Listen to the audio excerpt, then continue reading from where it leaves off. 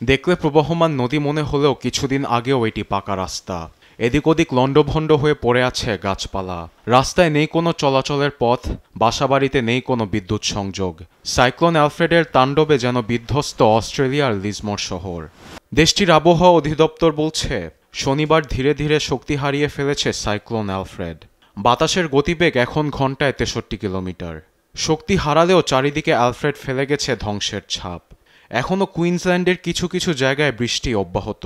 এমন পরিস্থিতিতে শঙ্কা কাটেনি বলে জানান সাউথ ওয়েলসের স্টেট প্রিমিয়ার ক্রিস মিন্স। আমরা এখনও শঙ্কামুক্ত হইনি। বৃষ্টিতে নদীর পানি অতিমাত্রায় বাড়ার কারণে ব্যাপক বন্যা দেখা দিয়েছে, যা আরও কয়েকদিন ধরে অব্যাহত থাকবে। উপকূলীয় অঞ্চলগুলোতে বাতাসের গতিবেগ অনেক বেশি।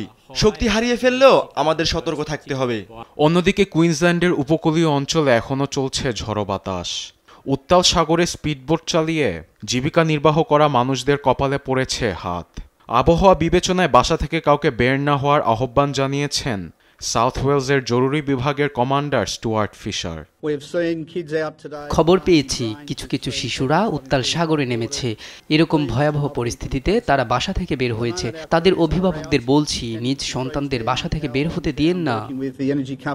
এমন পরিস্থিতিতে কুইন্সল্যান্ডে প্রায় 3 লাখ বাড়িঘরে বৈদ্যুতিক সংযোগ বিচ্ছিন্ন বলে জানিয়েছে স্থানীয় কর্তৃপক্ষ।